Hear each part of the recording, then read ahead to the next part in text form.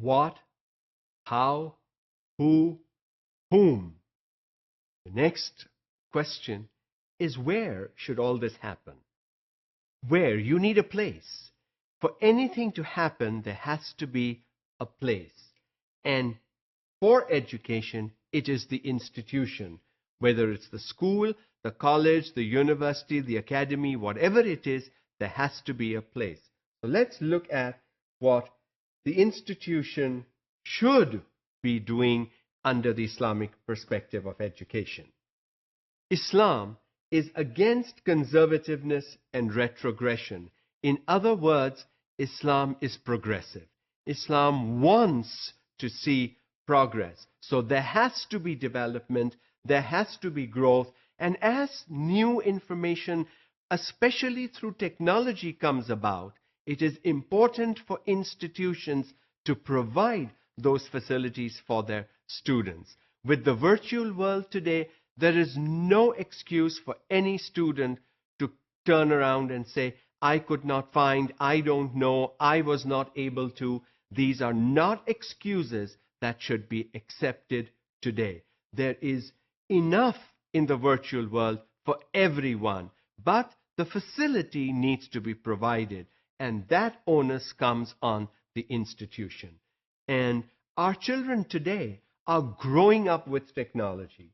They know more about technology and its use than many of us old-timers. And so, how does the school or the institution meet that demand, meet that need today?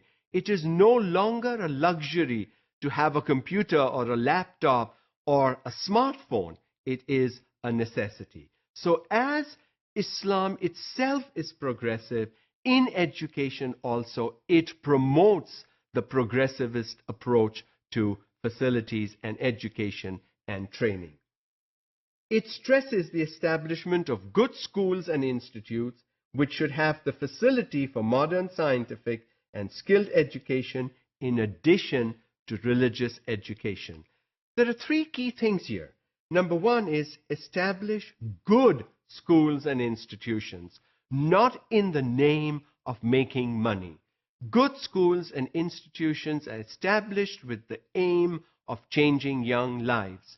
In the process, if you make a little bit of money, I personally would have no problems with that. But if that is the sole aim of a school, how do I make my profits? Then it is not education. And that is not what Islam professes. Islam professes good institutions where young people come to learn, change lives for the better, and guarantee a better life for themselves.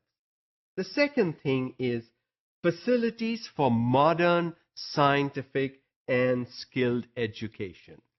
Modern education requires training, and for training it requires equipment and materials and facilities, and institutions must provide that.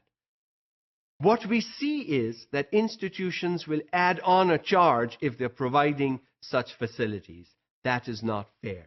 That is not what Islam promulgates. Islam promulgates a fair system whereby you charge a fee. Actually, Islam professes free education for all. That's not possible today in the 21st century. So charge a fee, but include everything in that fee, because only then will students be able to afford a good quality education, and parents will be able to pay for it. And the final bit, which is most important, is together with religious education. Islam does not say not to teach religion and to teach all the modern stuff. It says teach the modern stuff, but also teach religion, because that is the backbone of everything modern. It comes from the truth, it comes from the real, it comes from the moral. And only then, when we can use our brains and think and research and find out, does progress happen. And finally, it should be able to give modern arts and humanities education also. Don't focus only on medicine and engineering and computer science. There are lots of other areas today also that need to be looked at. like philosophy and sociology, as we saw some time ago in some of the earlier sessions when we were looking at the philosophers, that they focused on those social sciences and humanities as well. In short, the institutions should provide holistic education for all their students.